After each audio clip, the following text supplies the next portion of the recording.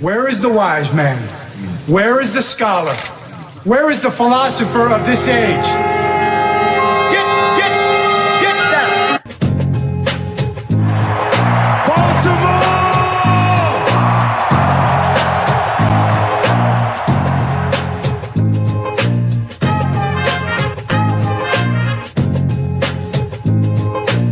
What are they getting? Everything out of me. They gonna get a Super Bowl out of me.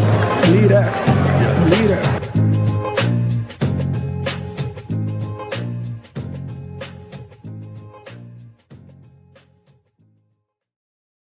All right, welcome on back to another edition of the Baltimore Beatdown Podcast. It is Wednesday night, June 29th. My name is Shake Luke, and I am joined on my screen by Benjamin Franklin on this Independence Day episode. How's it going?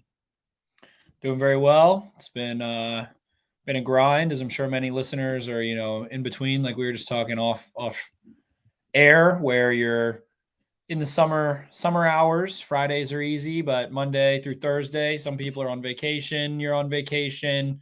You're filling in for someone. Someone's filling in for you. You got stuff you got to try to knock out. Got big plans on the weekends, trying to make every week of those 8, 9, 10 weeks the most of it. So it is summer season and just grinding and then hanging out, getting a little tan and the good stuff, man. Yeah, I wouldn't trade it. I love me some fall, love me some football, plenty of good times throughout the year, but summer, it's still light out, and we are approaching 9:00 here in the greater Baltimore area. So it's, I like that about it.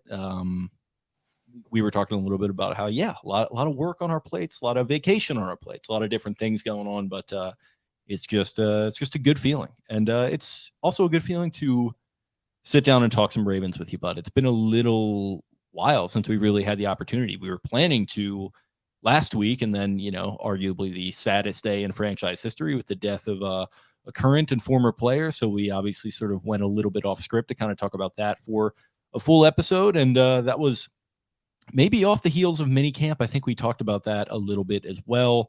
But it's probably been, a couple weeks since we've done an episode proper, really breaking things down. So I think we're planning to do that tonight. But how's everything else going? How you feeling about the team? How you feeling about yourself? I love the hat. Everything's looking good. Yeah, it's one of the few Ravens hats that fits my gigantic head and poofy hair. So there's definitely an added plus.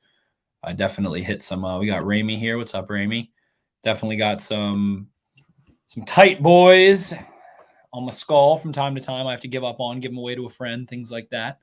But yeah, man, I feel like removed from the offseason a little bit, removed from free agency, removed from the draft. I feel like this is the time of the year where it's easy to start feeling better about the team.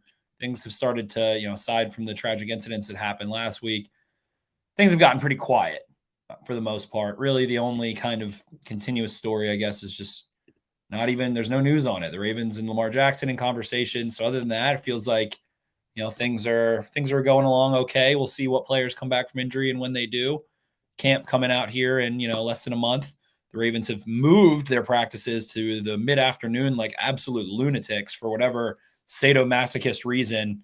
That just a good time. Just a good time in that August Owings Mills jungle at the Under Armour Performance Center. Dude, that's legitimately, I don't know what's going on there, but I feel like that's a bad decision. And I live on the same road as the facility. I know how, and I mean, that's not just that area, obviously, it's the entire area. Everyone knows how humid it gets around here. Even especially there in that jungle of trees, it feels like the air is super. I mean, I'm from the woods. I grew up, it gets palatable. You can taste the air. And usually by the end of practice, which over the course of, I think, really my entire freaking lifetime, the Ravens have been wrapping up by noon most of the time for training camp. So they're really going to push themselves, really going to sweat it out.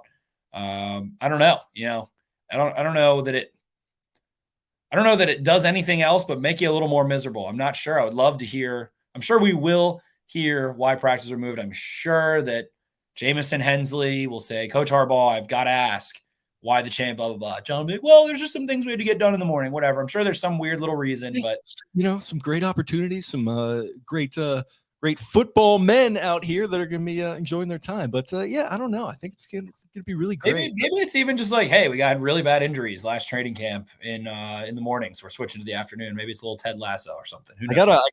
I got to workshop my John. That was a little tough. I've had many. He's not an easy person to mimic at all. I don't even. Not in the way that his brother is. His brother, the thing that's very easy to do about his brother is he's very Kramer-esque. He's, very physical kind of actor. He's moving around a lot. The limbs are flailing everywhere, the face. There's just a lot going on. Even just in the voice itself also crescendos and it moves. It scales. Yeah, it does move a lot. But John Harbaugh impersonation, I'll continue to work on it. But yeah, that is kind of a weird decision. I don't know what's going on there. Great tweet by Jonas referencing swamp ass, things of that nature. So excited to see how that's going to play out. And maybe it is like an injuries thing. Maybe it's something like that where it's like, hey, we're going to like take the morning to get our bodies activated a little bit and like maybe try to avoid some of this preventable stuff that really, really kind of derailed things last year. So I hadn't even thought of that until you brought it up. Maybe that is a part of it. I'm sure there is a reason. I just don't know the validity of that reason. But I feel like tying it back, it feels like it's going to be a formidable defense, I think, to a degree. We'll see. Mikey McDonald, I think, again, I think I've referenced a couple times, but, we can make a lot of assumptions about what he is or isn't based off of what he did in college. I'm sure there will be many things you can draw, but at the same time, it's a different field. The hashes are wider. You're playing against, if you're Michigan, you're playing at a significant talent advantage 80% of the time, 90% of the time, where it is truly a big deal. It's a different ball game in the NFL. So, and one thing that I have heard that I kind of suppressed for a while, I was told not to say, and I won't say who said it, but they said, Mike McDonald was the one installing the packages, the blitz packages and the pressure packages in 2019 and I think 2020 for Wink. So he was the one that was his assignment, was to get the pressures in every week. So he's got that in the bag. Hopefully he's just a little bit more multiple. And it sounds like the big takeaway from the culmination of, Rich Eisen show and Dan Patrick show and Marlon Humphrey doing some interviews and, Patrick Queen talking here and there, that really the thing that McDonald wants to do philosophically is educate each member of the defense on the entirety of the call, the reason for the call, and why the call is being made and why a check is made and understanding what everyone's doing. And I think that can definitely be a huge boost for sure. But I also just find the devil's advocate of it interesting. There was a story, I'm going to blank on it. I might be able to look it up. I'll try to give credit to the coach that said it, but basically said Dante Jackson, the corner, who's on the Panthers now and was at LSU, Miles Boykin Mostyn back in the day, I believe, at LSU. But he said he was the most talented, smartest player. He said, I've never seen a player spend as much time in the film room, especially in college. I think it was one of his college coaches on Aranda's staff or whatever it was, would say, wow, he would bring me things as like a sophomore, tendencies, percentages of things in different situations. And in certain coverages, he would get caught thinking and processing, and he would get flat-footed and someone would just run a simple route right behind him and score a touchdown. So, I think there can be a little bit of a blade to that, but I'm curious to see how that plays out. Sounds like the players like it. I think it would definitely help guys that have been in Wink's defense for a few years, Chuck Clark, Marlon Humphrey, Calais Camp, whoever has been there for a couple of years, that does have that mastery of my assignment and being numb or blank to the rest of it a little bit. So very curious to see how that all plays out. Feels like they're just going to be even more multiple, a little more unpredictable, a little less sending 5+ man rushes, all those things, but definitely starting to get really excited about this defense. Long story short, the talent, I think the identity of the franchise being what it is, and the way that you hear even a guy like Kyle Hamilton, still the reverence that the Baltimore Ravens have with defensive football and how pathetic they were last year, really unprecedented in their franchise. The deep plays they allowed were pathetic. And I think any of them would agree. And so getting back to that, reinvigorating that sense of pride defensively and limiting big plays, and more importantly, forcing turnovers, just very excited. I think this defense can have a couple finishing touches added to it personnel-wise that wouldn't cost that much. We'll see. I'm sure there's going to be some moves made, some guys that come through, maybe a UDFA or two that shine, all those fun little training camp stories. But I think that's the part that's getting me excited. Yeah, I think you make a lot of good points there. I think the big play felt inevitable at times last year, which is really, really not what you want. And obviously that's a little bit anecdotal, but there's definitely something to that. And there's definitely something to the idea. And I think you were talking about this on Twitter a little bit.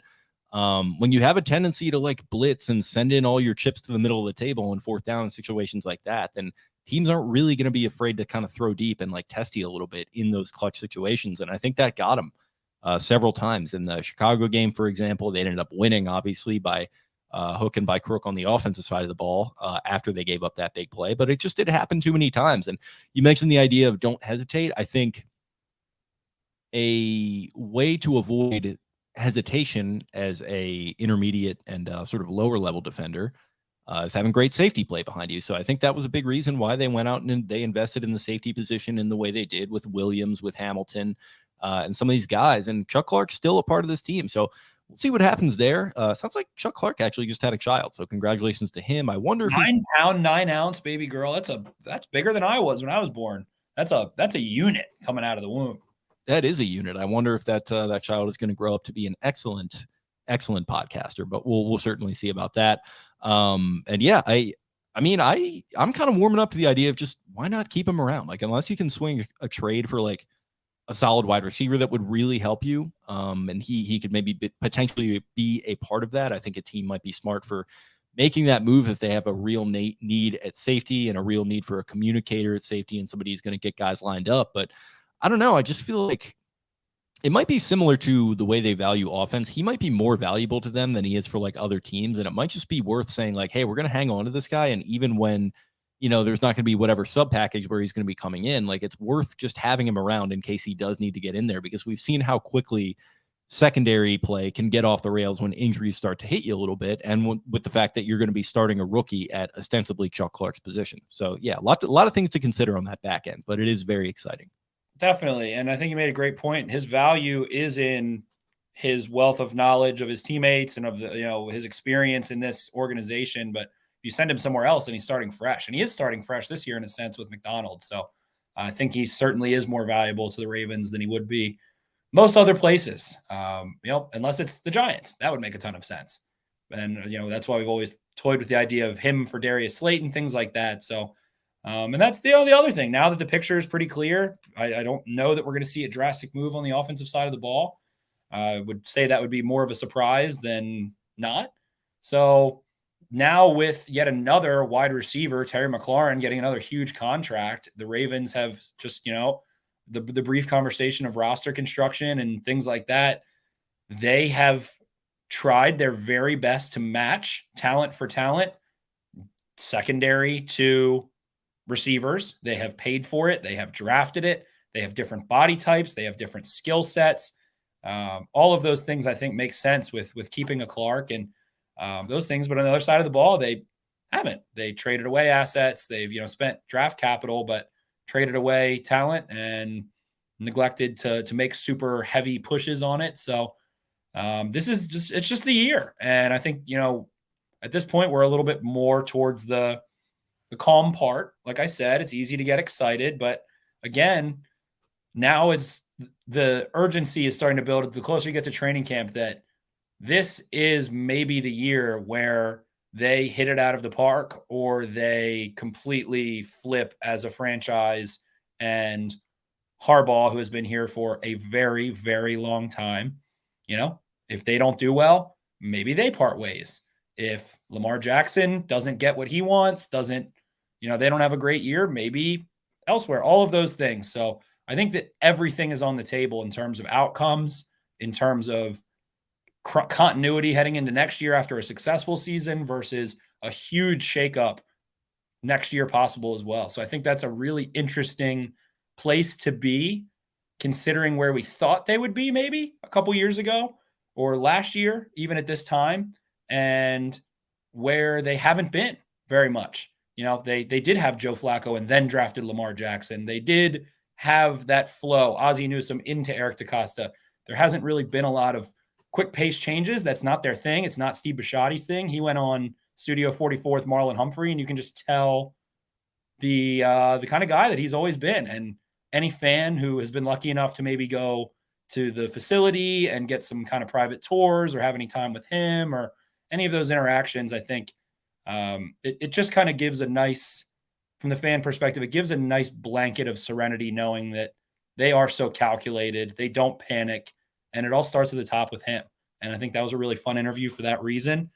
And their self-awareness of it is not performative, I don't think. No, I don't think so either. And I think weirdly enough, like that is kind of a very divisive point for a lot of fans right now, for guys like Voss who want to see the all-in kind of push and things like that. And they say that, oh, it works for the Rams, it works for other teams. That's certainly true, but it's just, it feels like the Ravens kind of are what they are. And this offseason was sort of an encapsulation of that. And, you know, they obviously go out and they do make a big splash to sign Williams, but it's at a position they have historically valued more than other teams, going all the way back to Ed Reed and some of these other players that they've invested heavily in at safety. And yeah, I think it all does go back to Bisciotti. You know, Voss talks about how it goes back to Harbaugh, and that's certainly true. But I see Harbaugh as an extension of Bisciotti at this point. I see DaCosta as that a little bit as well. DaCosta maybe a little bit more of a maverick in his own right, but yeah, Bisciotti's just he's a normal guy. He built a business in kind of a ground up way, in as much a way as a billionaire probably can. People who aren't too familiar with him, I think, should read Next Man Up, which was John Feinstein's book about the 2004 season. And surreptitiously, that was like right around the time that Bisciotti became the majority owner of the team after Art Modell sold him his majority stake as he was sort of nearing the end of his life. And then, you know, Bisciotti came in there and he allowed John to come in and spend a year with the franchise. And you get a lot of good info and insight on him and his life growing up and building Aerotech, and then coming in and having some, I wouldn't say like disagreements or anything like that with Billick, but, you know, challenging Billick in a way that Art Modell really never did. And it was maybe a little Being the boss. Yeah, exactly. He was willing to be the boss, but he's also like, he's very much like, I'm going to prop people up. I'm going to promote people. I'm going to put them in positions of opportunity to go hire internally and tell people like, hey, like when you're making this critical decision, like when they hired Harbaugh, for example, he's like, I forget exactly where I found it or why I came across it, but he was talking to Sandusky, I think, literally like right after they had hired Harbaugh. He was like smoking a cigar in the interview, and he was like, when I make big decisions like that, I tell my guys, like, I'm going to leave the room and you guys are going to talk about this and you're going to come to your own conclusions about it, because I don't want you to only think about it in the prism of me sitting here and you kind of like saying what I want to hear necessarily. So he's always got that, you know, he started a recruiting company, so he's got this sort of eye for, I think, talent in not only sports, but in business and things, you know, things of that nature. So it's a very interesting dynamic. It feels sort of like a mom and pop shop, but not in a bad way, that, you know, people, and obviously, you know, I don't want to rag on the Bengals after the year they had, but people refer to the Bengals as like a mom and pop shop in kind of a derogatory term. Feels like the Ravens are maybe the better side of the coin of that, being a small market team. They obviously invest a ton. He's a well relative to the rest of the NFL in terms of the grand, how, you know, his assets and what his net worth is, but one of the more wealthy owners in the NFL. He's not on the bottom half of that. He's consistently going to be top 10. So, you know, the Browns are a football family. He is a billionaire. Yeah. And if you've seen his boat down at Sunset, you know, he's not hurting for any cash or anything like that. So the cash over cap conversation, even maybe that's a little exaggerated by us at times. But yeah, just you know, it feels like we have, I guess all of this is to say, it feels like we have settled into the dog days of summer. Points have been made. The bullets have flown. Yet again, nobody's won this war, you know, between the two warring factions of this fan base, or even more than two probably. And we're just approaching a training camp that I think I'm very excited for. Very, very excited for, because of all the things that we've mentioned. And it just feels like the cupboard is stocked at a lot of different positions, and I'm excited to see them, some of which are tight end and running back. Which one do you want to start with? Let's kick the tires on the running backs. I want to tease myself into the tight ends. I want to edge myself into the tight ends. Tee me off on the RBs. I got to pull them up. So we've got Mr.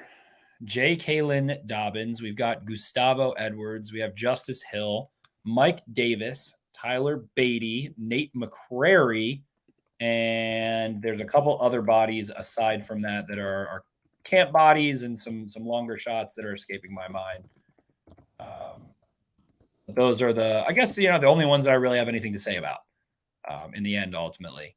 So, again, would say that this is, I guess, a deep room, but also an uncertain room in the sense, looking at it as a whole, 3 guys coming off major injury, a veteran who will be his first year in the system, as well as a rookie that could be really fun and could end up with very little opportunity or a lot of opportunity, especially early in the season. So there is a general sense from what I have heard.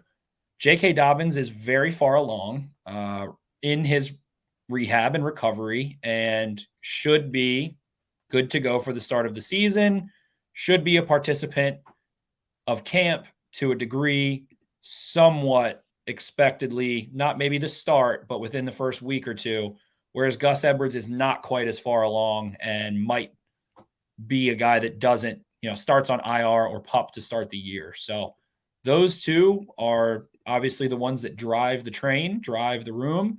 So successful. Maybe talking about Gus Edwards, one of the, I think, really the most underrated players in the NFL over his first, 2-3 years in the league. Someone that consistently averaged 5 yards a carry nonstop, got better every season, I would say, got more complete, went from really just being that somewhat similar to like a better version of Latavius Murray. I called Latavius Murray the zombie shark because he's just a mindless runner who hits his hole. Gus Edwards was that with a lot more talent and just younger, better. Latavius Murray was good. Whatever, we don't have to talk about Latavius Murray, but Gus Edwards getting leaner, getting more explosive, becoming a better pass catcher, becoming more reliable in the pass game in general as a pass protector, maintaining his status as, I think, really unanimous top 2 short yardage backs in the NFL, him and Ezekiel Elliott, in terms of Nate Tice. Let me stop.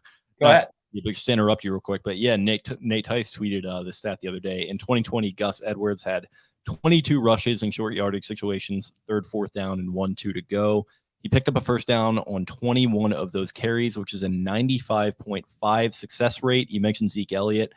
He said there have been 10 other RBs since 2019 that have a season with 20-plus rushes in short yardage situations. The next highest success rate is Ezekiel Elliott in 2019 at 78.3. So it's like over a 20% delta. Right. And him over his career from 2018 through 2020, it was, I think, like an 89.8% conversion rate in what that is called by Football Outsiders. And I think has become kind of the media term power situations, 3rd or 4th and 2 or shorter. It's been consistently 90%, and the closest has been Zeke, consistently around 80 to 81%. So the best that there is, definitely. And it's ironic because I think a lot of people would be quick to maybe say, oh, well, Lamar Jackson, he does that. That's why, whatever. Lamar Jackson sucks at sneaking the ball badly, very bad. One of the worst. Like, he's not Phillip Rivers bad, but he's fucking horrible. The worst thing Lamar Jackson does is quarterback sneaks. I think that can be unanimous. It looks like when he tries to do it, it looks like some kind of weird like glitch in Madden where the game a cartoon. It's like you to like succeed. So it's like, yeah, fuck you. You're not going to convert this. What I imagine in my twisted brain is that like it's some sort of cartoon or like Netflix series, like All American, and like he took C4 before the game in JV year of high school, and there's a quarterback sneak, and he just starts running around really quickly and darting around and does too much, and they're like, Lamar, you just got to chill out. Like it reminds me of a fox that gets trapped in like animal control is trying to get him, and the fox is just instead of just like push. So the one thing Lamar Jackson truly sucks at, I think, or is even bad at, is quarterback sneak. So Gus has been a saving grace in that sense. And I think JK can be good in that, but just there's nobody better than him. So that's what is missed. I think that certainty and that kind of badassery. Lamar can, of course, they do the QB powers and stuff, and those have had some decent success. But I think that's the thing that I missed most about Gus, other than just kind of some sick cunt runs, to quote the Aussie boys. Absolute sickies coming through, breaking stuff out. What? Daniel Ricciardo? Oh, okay. Gotcha. Okay. But, some sickies, man. He started busting those zone cutback lanes and stuff like that. So Gus, I don't know. Seems like could maybe not be as good again, could maybe take longer to recover, could have a more severe rehab injury situation. JK, I think, is supposed to be back. he has already dealt with this before. I think that's why he was so frustrated that it happened in a preseason game, especially, and his comments last year, or likes that he did of other tweets and things like that. So don't expect to ever see him take another snap in a preseason game, rightfully so. But maybe he should go all in on the Daniel Ricciardo stick and just talk about how good looking he is all the time and wear party shirts everywhere. Just like not actually be that good looking, but like kind of, I guess. Yeah, Danny Rick's kind of hot, but you know, He's all right. Let's calm down. If he was just like, if he just like worked at a SaaS company, he would just be like the most average guy ever. It's kind of tough though, because like you can't look like he does and then like talk about it like as if it's like some kind of joke. Like you can't be self-deprecating like that when, you know, it's just there's a little bit of a dissonance there. We got to work through that if we're Danny Rick. We do. You're look, you're not Carlos Sainz, okay? You're not the most handsome best driver in F1. You're just not. But anyway, JK, man, I don't know. Last year was supposed to be him being a real pass threat, a real receiving threat. That was the big hype. I think that tends to happen to running backs in the offseason. There tends to be like, Dalvin Cook is going to be the next Christian McCaffrey. Christian McCaffrey is going to be the next Marshall Faulk, but 40 times better. And this, you know, I think that's like always the weird thing that we always start fabricating in the offseason. Yeah, it's always contextualized around fantasy too. Whoever has the best fantasy offseason, it's going to be the next big guy is going to be that next guy. Like it's, this guy, next Adrian Peterson. This guy, you know, next Marshawn. Like it's like, come on, guys. Who's the next Jonathan Taylor? Yeah. And listen, Jonathan Taylor sort of came out of nowhere a little bit. So maybe he was not looked at as the next of anything. But, you know, it's an interesting dynamic, those running backs and their tie. It's just I think it's a secret thing among like national beat writers. They're like, all right, if there's a back that like has been working on the pass game, I'm just going to like use that for like 5 articles and like 3 interviews that I do on TV. Like that's going to be the thing. Like, all right. It's also kind of a safe bet because you can kind of more easily predict like running back production than like the people that say like, oh, this dude's going to be the next Justin Jefferson like that. You're really kind of putting your nads on the table there. Definitely. Those are few, far, and more between. But JK, ran a lot of routes. I've talked about him ad nauseum on this podcast. Ran a lot of routes at Ohio State. Was split out wide a lot at Ohio State. Was a good pass catcher at Ohio State.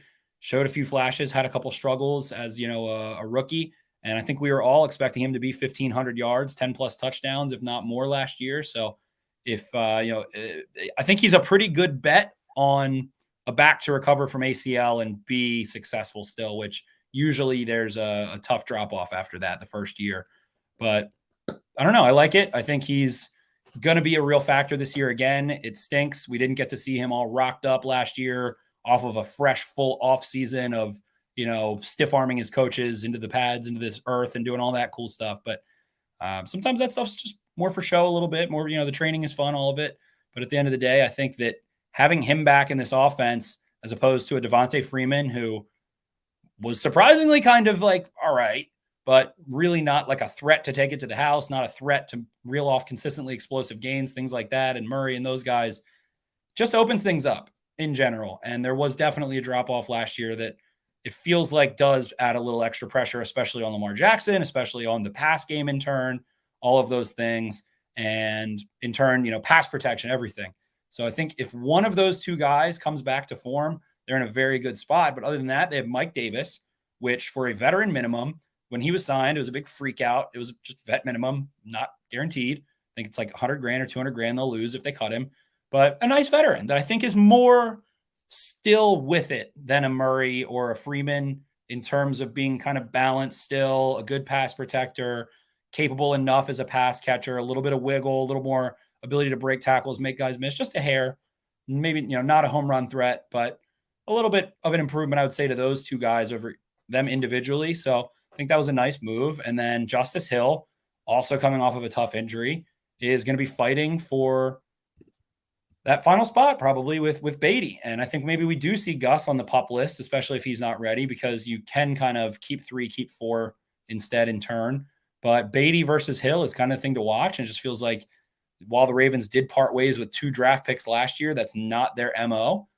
But Beatty, a guy that, ran between the tackles, ran outside the tackles, has a low center of gravity, has maybe a little more sand in his pants, and capability as a runner in power or zone situations than a Hill. While I do think Hill did some nice things when the Ravens needed him to, especially in 2020, especially that COVID matinee game against the Steelers. But he's a smaller guy. Hill's not, a big guy either. So I think that's a fun one. Beatty is a real threat as a pass catcher. We know that. We've seen that. We saw that in Mobile. He's very comfortable in it. So I'm excited to see what he can do in camp. And I expect him to be a little bit of a shining star in camp in ways.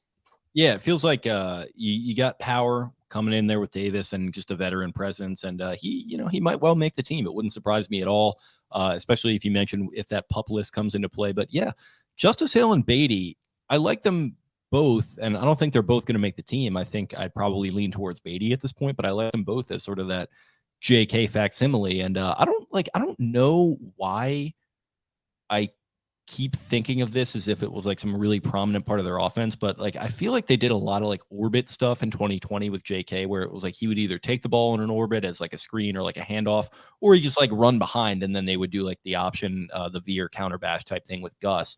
And like that feels like a really big, if nothing else, attention grabber. And like if you can incorporate that with JK coming back, and he's, that guy for you that is going to come back from the injury, I feel like you can maybe get these guys on the field at the same time, and JK can draw some of that attention on an orbit or whatever sort of decoy thing, and then spring those guys for some yardage, and you got yourself some serious, fresh legs, my favorite thing in the world, and some juice, and a guy like Beatty. So yeah, very, very excited about this group, to be honest. Very excited. I'm curious, first and foremost, of the injuries, excited as well.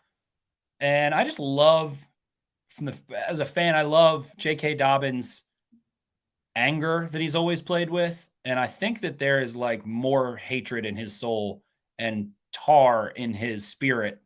And I want to see that piss, salt, and vinegar. Yeah, the Sendejo beef, which I don't know where that came from, but he just like, kind of slapped him. I think he just knew Sendejo was a fugaz. It seems that way. It seems like a lot of guys kind of talk about him like that. So maybe JK just sort of put him on Front Street in that Browns game. And yeah, that was fun to see. You really don't see that in a lot of modern players, I don't think. And people say that the Ravens kind of lack teeth. I just think that's like a generational thing with guys coming up these days. But the rules have changed, so whatever. They're not supposed to do certain things, but yeah, it's okay. I'm not saying it's like a bad thing or anything, but it is cool to see guys who have that dog in them. And I think J.K. Dobbins, he has that dog. The Jermaine Pratt busting a stiff arm on him, taking it to the house after Jermaine Pratt was talking. It feels like he is so talented and has so much vinegar in his soul that he can target players on a field and expose them. And that is the definition. Has that dog in him. He is the dog. Exactly. When people say I have that dog in them, that means I have some J.K. Dobbins to me, because he is. The devil inside him has been tossing and turning for this past year. He's just been ignoring Marlon Humphrey. Love that. That's good. And staying. That's good. Yeah. Listen, we don't need. Did you see that Kyle Hamilton tweet today? Because I think he's been spending a little too much time around our guy Marlon lately. So gonna develop bricks for hands very shortly. Listen, it could be, and we don't need that. I love Marlon to death, but yeah, the Alabama boy poisoning your sweet Irishman. Which we're not going to say anything about Alabama. We'll leave that to Patrick Queen. So yeah, JK, stay away from Marlon. Stay off social media. Back on Instagram, coming in with a post the other day. Zero Dark 2030-23 has ended for him, and he's back in the mix. So that's very exciting as well.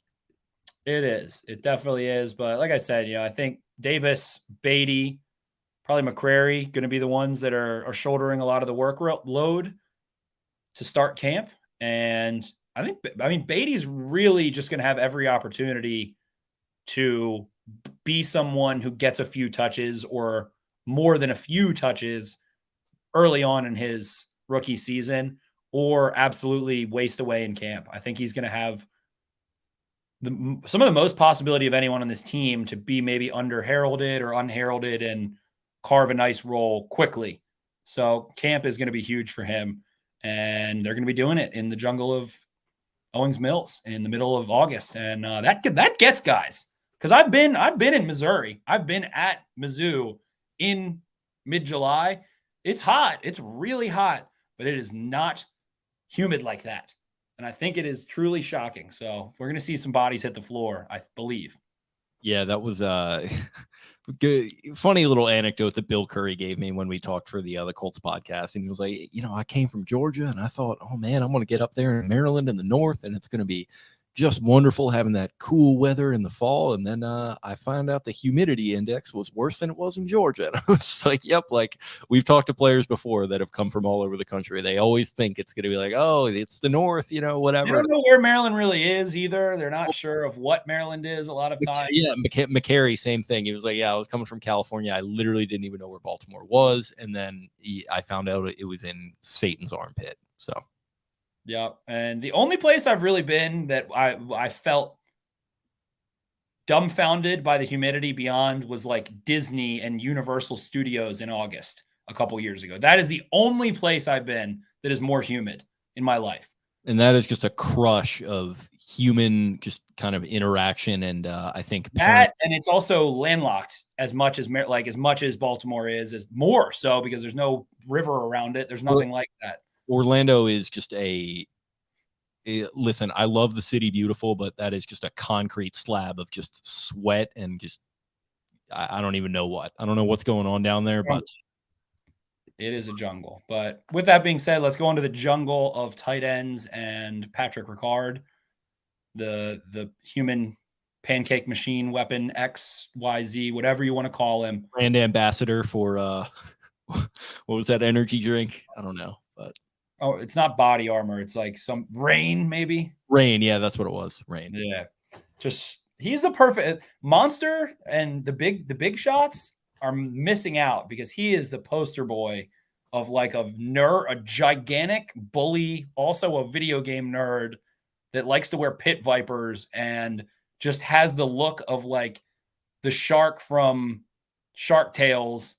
And Nemo looks like Bruce actually from Finding Nemo. It's funny that you call him a video game nerd who also is like a huge bully and likes to just kill people on the field, because you basically just described Tiger Woods, who is Monster's biggest like brand ambassador. Exactly. So Rain did it right, and Monster and all of the other hardcore 7-Eleven energy drinks have been missing out on a great opportunity for him, because he is that guy, pal. Especially with, the meat dogs, Tyree Phillips and Ben Cleveland running behind him in that weird little video they did for whatever the event was, the schedule, or I don't know. Yeah. Who knows at this point? Who knows? But they're having a lot of fun. I'm having a lot of fun. Project Pat, he's there. He's not going anywhere. One of the underrated stories of the offseason is him basically talking to Justin Tucker. They go out. Their wives are probably friends, whatever. Apparently they go out in Annapolis to have, a nice lunch or whatever. And he's like, man, I really just, wanted to see what else was out there. Probably wasn't as much as he thought. And he was like, man, I really want to come back. I don't know what to do. Feels like he walked away a little too far from DaCosta, who from everything we've ever heard, don't do that or you're not coming back. So Tucker was like, hey, just call Harbaugh. That's what I did. So Pat was like, hey, coach, we just have me back now. And then he's like, okay, all right. And then DaCosta brings him in. And I like that story. Yeah, it's nice. I think that's, people get a little too crazy about, paying X, Y, and Z to X, Y, and Z position. I like to have a couple characters on my team. I like guys that, they make content, and he's good content. So yeah, he's great content. Good friend of the show going back many years. From Spencer, Massachusetts, baby. But I mean, I think he's going to probably have a little bit reduced snaps and be more in a bully role and specialize in some things, have a couple more tricks up the sleeve, be able to focus on special teams very much so. Devin Duvernay, I'm sure there's someone who listens and say, well, that's not worth X amount of dollars, whatever. But there was a big drop off when he was hurt in kick return production, because he is a battering ram beyond any other player in the NFL to put on special teams, do those kinds of things. So he's the one I guess we kick off with. But other than that, we can go into Nick Boyle.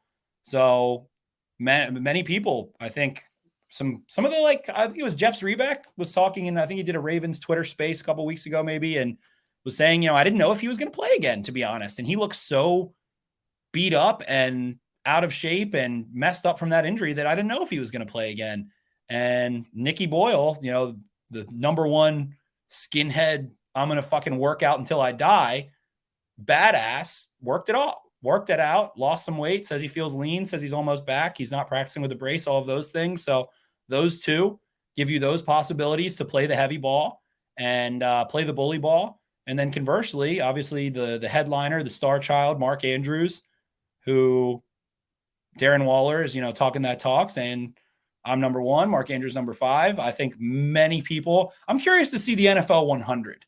That's my thing on Mark Andrews right now, because I think he's going like top 25. Are they still doing that? Yeah, August. Okay. Right. I like the NFL 100. I like we talk about this every year. I think we both like it. Yeah. We both don't take it as seriously as others.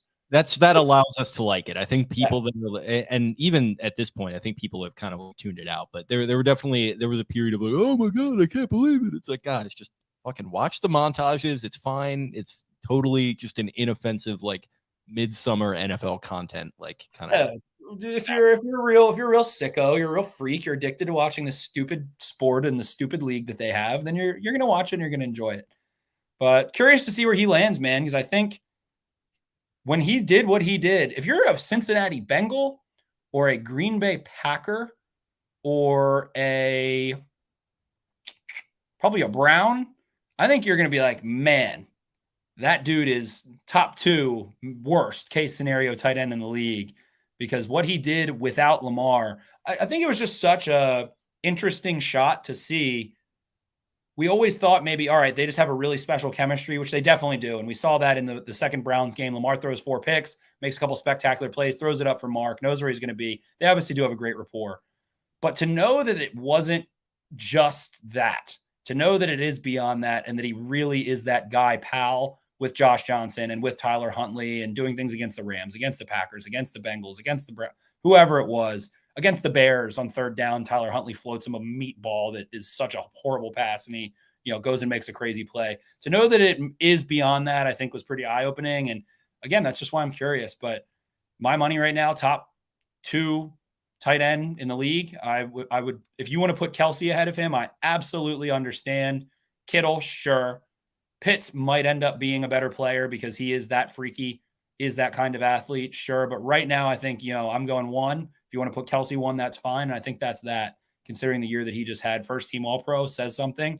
And I'm really excited. Just we're watching an all-time great Ravens player who probably is going to be a Raven for life and has consistently shown up in practice, been able to stay relatively healthy, do it with diabetes, all of those things. So he is one of, if not the most talented players on the team, one of, if not the most, I guess, underrated, I would say underrated superstars in the league.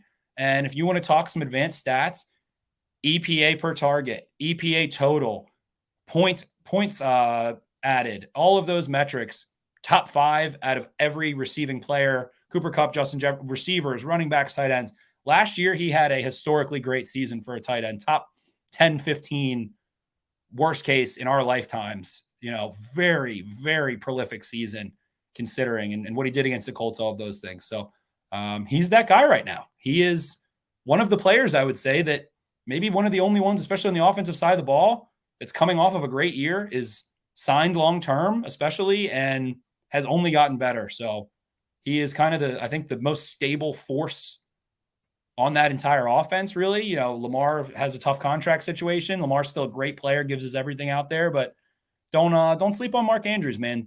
Truly don't. I'm sure many Ravens fans don't. I feel like I'm probably preaching to the choir here, but I just think he's that guy, pal. He's inevitable is the way I was thinking about it the other day. Death, taxes, Mark Andrews. That's just what it feels like at this point. He's going to be at practice every day, to your point.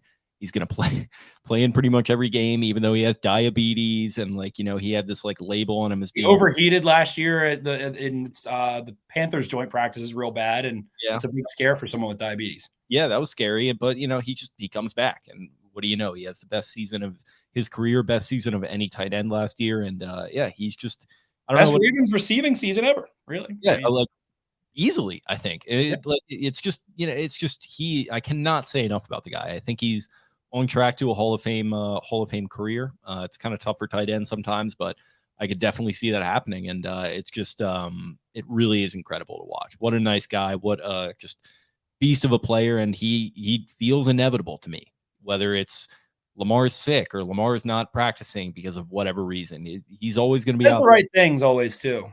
He does. He props his teammates up. He doesn't say a bad word about Hollywood who leaves. He doesn't say a bad word about anyone. He just goes in and just puts his hat on and just fucking works, man. And he just like wants to be better. And you hear the things Harbaugh says about him. Harbaugh clearly fucking loves him in the way that I don't think he has loved a player in a long time. I just think he has a ton of respect for him as a former 3rd-round pick and a guy that's just earned it every single step of the way. And yeah, he's got immense physical talents, but he doesn't just skate by on those. He does his homework in the classroom, and he keeps himself in tip-top shape, not just out of wanting to be better than everyone, but because he has to. Probably like the diabetes, it makes him feel a little bit like not even a chip on his shoulder, but like I have to outwork people. I have to like keep myself in tip-top shape. I have to stay on top of this shit, because if I don't, who knows what's going to happen? I mean, that's got to be like something within his psyche, I would think.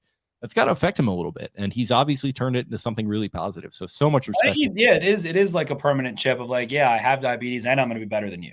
Yeah, like imagine having to deal with that, like as a pro athlete. And I mean, that's not even just like, oh, I was injured. Like that's not even like me with an ACL, for example. That's like something that is way more serious than that, and you've been dealing with you every day of your life, your entire life. Yeah, exactly. And it's always going to be in the back of your mind, and it colors everything you do, fitness wise, nutrition wise, everything. And it probably motivates him in a weird way, and good on him for turning that into something positive. Definitely. About to be 27 years old in September. And I think that's what's most interesting. It feels like in the new sport, in the new NFL, I guess not the new, but today's NFL, the expansion of the tight end as a receiver, all of those things, the big slot role, those players, the really good ones, the really, really good ones, the Greg Olsons, the Travis Kelce's, the Kittles, that is prime time. It feels like is like 27 through like 31, 32. And he's getting into that. Like last year, I feel like it was a start of his prime. And I mean, Kelce, awesome year again last year, definitely. 32 years old, about to be 33 in October. So we're very fortunate. I think that he's one of the most fun players in Ravens history. And my second fun fact here was that I thought Kelce was either 31 or 32. And I just gave him a quick Google, and first top story, Barstool Sports, Travis Kelce is confirmed the horniest tight end in the NFL. I think we already knew that. If you're doing like the earrings and like he's doing the fuckboy haircut, and he's like shaving the beard up, like the sideburns, he's just doing a little too much. I think there's some sort of like horny swinger thing going on there. Not to call Travis out. I like Travis, but we gotta change the aesthetic up a little bit, I think. Yeah. He had a dating show. And did he I think Barstool did like a thing on him and like his ex-girlfriend, and like how he always like made like her pay for dinners or something like that. Am I misremembering that? He basically never paid for a single thing ever, and she like left him eventually because he was being so frugal. Like it wasn't like split it 50-50. It was like, you pay.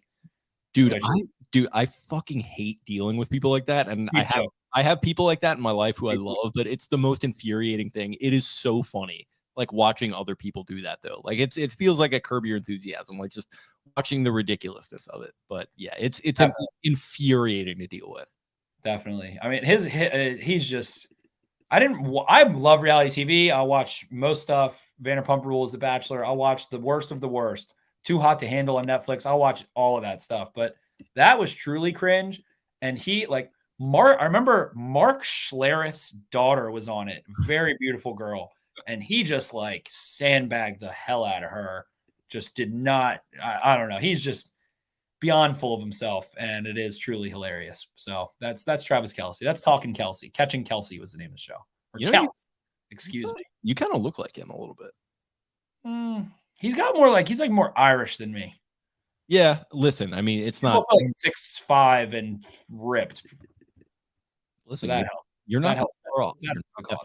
But yeah, okay. That's catching Kelce. That's catching Kelce / Mark Andrews talk. Yeah. So the two rookies, very excited about these two guys, and I'm very excited about the fact that our boy Charlie Chuckles Kohler out of Iowa State is getting basically like no run at all. Like Isaiah Likely had a huge mini camp and everything like that, and people were really talking the guy up, including Lamar. So very happy about that. It feels like Isaiah Likely is going to be a big part of this team, but I was very excited about Kohler when I went back and watched his tape after they drafted him. Been very quiet. He's at this tight end university thing with Kelce and all the boys. Andrews couldn't go this year, so Kohler is there, and I like the fact that he's just sort of slipping under the radar right now. I feel like he's another guy who can make some little bit of noise this year. Definitely is going to be just a really nice seam body, I think. Just so incredibly long, tall, and has the catch radius to be a factor in the red zone. I think both of these rookies definitely are going to be a factor in the red zone, but an interesting pairing. And that's just what stands out, is that he can get off the line. He is a thin guy. He does need to get, add my classic buzzword, functional strength, but goes up and gets it. Lob him up the ball. He is a power forward. He's a center in the NFL, 6'7". His arm length, 34 and a half inches. Like that would be fantastic for an offensive tackle. 96 percentile arm length, 10-inch paws. He ran a faster 40 than Mark Andrews did. Like he had an all-time great workout. 36-inch vert, pretty nice 3-cone, broad jump, all of it. And, he's the contested catch guy. He's that jump ball guy, the box out guy, not really a factor after the catch. That's where I think, likely is very, very, very different, especially. But Kohler is going to be that guy you can go line up. He's going to have that nice, he's going to get real low in his stance in the slot and be able to go run up the seam, and probably also just be a nice, reliable force to catch some 4-yard passes consistently. I think be just a ball magnet for Lamar in a time of need, playing all the zone defenses that they consistently do. So Kohler, definitely. I like what you're saying. Yeah, flying under the radar. I think it kind of coincides with like receiver hype, and people are going to likely to play, split out wide and get labeled as a receiver and all of those things, which is fine. But I think that's why we're going to see Kohler definitely slip under the radar.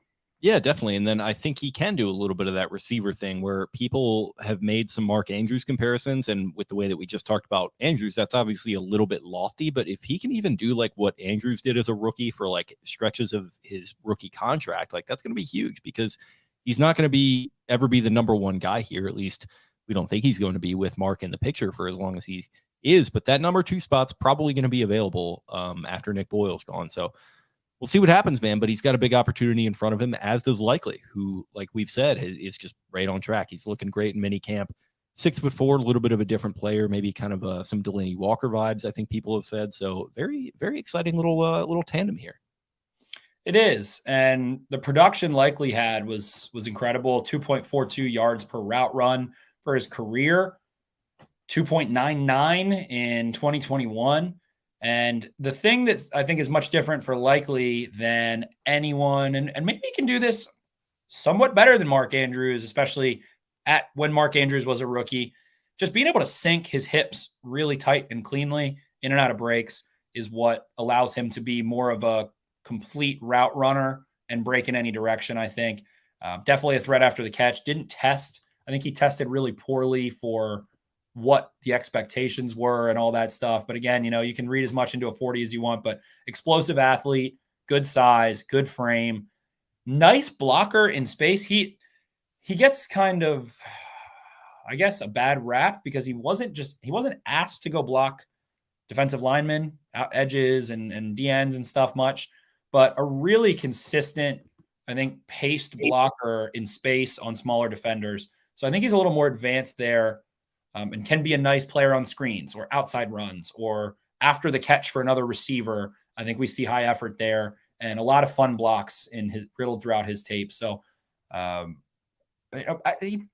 his frame, he's like a big linebacker, I think, like a really fast, big linebacker is the way that he kind of reminds me of, and is going to be able to give the people who aren't Fred Warner and Eric Kendrick some trouble, safeties, linebackers.